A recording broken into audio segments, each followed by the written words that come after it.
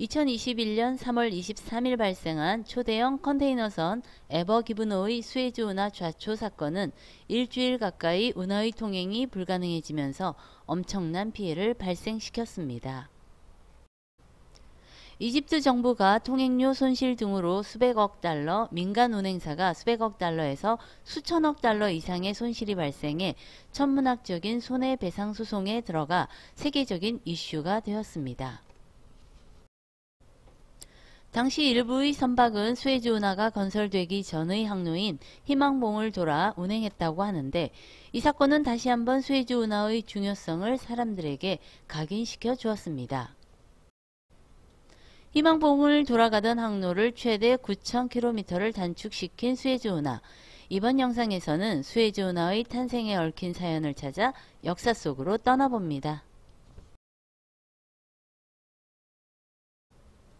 고대 이집트 왕조 시대의 필요성이 제기되어 운하를 파려는 시도가 있었습니다. 당시 이집트는 뛰어난 건축 및 토목 기술을 갖고 있었지만 지금처럼 지중해에서 직접 연결되는 공사는 불가능했고, 대신 나일강의 하류의 동쪽 지류에서 투밀라트 계곡, 대고호 등을 통해 수에즈까지 연결하여 지중해와 연결하는 방식으로 시도되었습니다. 기원전 19세기 세누스레트 3세와 그 뒤에 하트셉스트, 람세스 2세 등이 건설을 시도하였으나 실패했고, 기원전 609년 네코 2세가 배 두 척이 동시에 지날 수 있는 너비로 나일강과 대고호수와 홍해를 연결하는 공사를 시도했습니다. 인명피해 12만 명을 내면서 왕궁을 눈앞에 둔 운하는 적에게 유리하게 이용되리란 신탁을 받고 결국 포기했다고 합니다. 그 페르시아의 왕 다리우스 1세가 이집트를 정복하고 운하를 완공해서 원활하게 운용했는데, 그 당시 운하는 3단 갤리선들이 노를 펴고 서로 교차 통행이 가능한 넓이였고 횡단하는 데 나흘이 걸렸다고 합니다. 이후 홍수와 침식 현상 등으로 운하가 막히거나 파괴되어 재개통하기를 반복했음을 기록으로 알 수 있고, 767년 아바스 왕조 2대 칼리파 알 만수르 시대 삼촌 압달라의 반란 방어 과정에서 이 고대 운하는 완전히 폐쇄되었습니다. 폐쇄된 운하의 잔해는 나중에 현재의 수에즈 운하를 팔 때 작업자들의 식수 공급과 물자 수송을 위한 수로로 활용되었다고 합니다.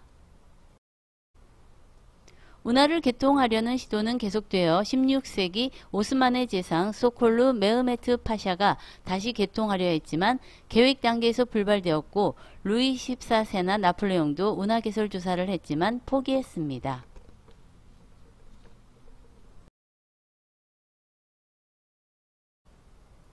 오늘날 존재하는 현대적인 운하의 역사는 1805년 메흐메트 알리 파샤가 오스만령 이집트의 대총독 자리에 오르면서부터 시작되어 우호관계를 맺은 프랑스와 건설을 합의하였습니다. 아들 사이드 파샤가 이집트의 새 지도자가 되자 건설을 적극적으로 추진하여 이집트 법인 만국 수에즈 해양 운하회사에 운하의 운영권을 양도하고 99년간 운영 후 운영권을 이집트에 양도하기로 합의하였습니다. 운하의 건설은 사막지대에서 땅을 파내는 난공사이므로 당연히 자금이 많이 소모되어 수에즈 운하회사는 주식 총 40만 주를 발행하여 매각해 자금을 조달하고자 했지만 관련국들이 협조해주지 않아 조달이 쉽지 않았습니다. 그 이유는 바로 영국 때문이었는데, 영국은 프랑스가 영국의 세계 지배를 위협할 수 있는 수에즈 운하를 건설하는 것을 좌시하지 않았고 모든 수단을 동원해 운하 건설을 방해했습니다. 결국 당대 최강 대영 제국의 눈치를 볼 수밖에 없던 나라 러시아, 미국, 오스트리아들이 수에즈 회사 주식 구입을 포기하면서 최종적으로 17만 주에 달하는 주식을 이집트 정부가 덤터기를 쓰게 됩니다.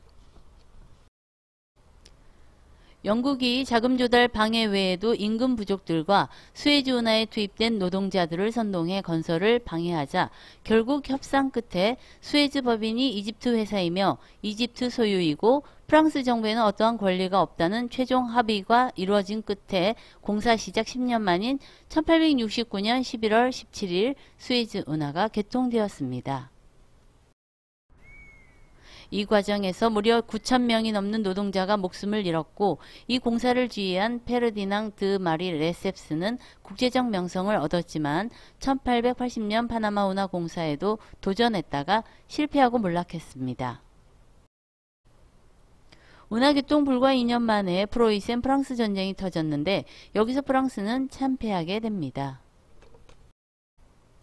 수에즈 운하회사 지분 최대 보유자는 17만 주를 가진 이집트 정부였고 이집트 정부의 최대 스폰서는 바로 프랑스였는데 프랑스 정부는 이집트를 포기할 생각이 없었지만 패전 상황에서 프로이센에 전쟁 배상금을 지불하고 국방력을 재건하는 것이 중요했습니다. 사이드 파샤가 재정적인 문제로 보유지분 17만 주를 통째로 시장에 내놓았는데 그 주식을 모두 잽싸게 영국이 매입하면서 운하의 운영권을 확보하게 됩니다.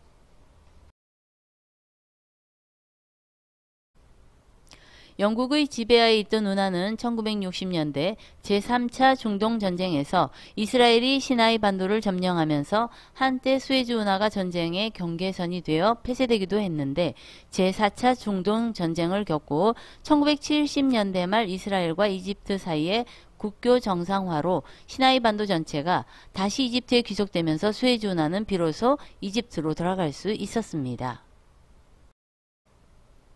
운하는 운송량을 늘리기 위해 여러 차례 확장되었는데 2015년에 마지막으로 확장 공사를 하였고 현재 수에즈 운하의 통행은 이집트 정부하에 관리되고 있습니다.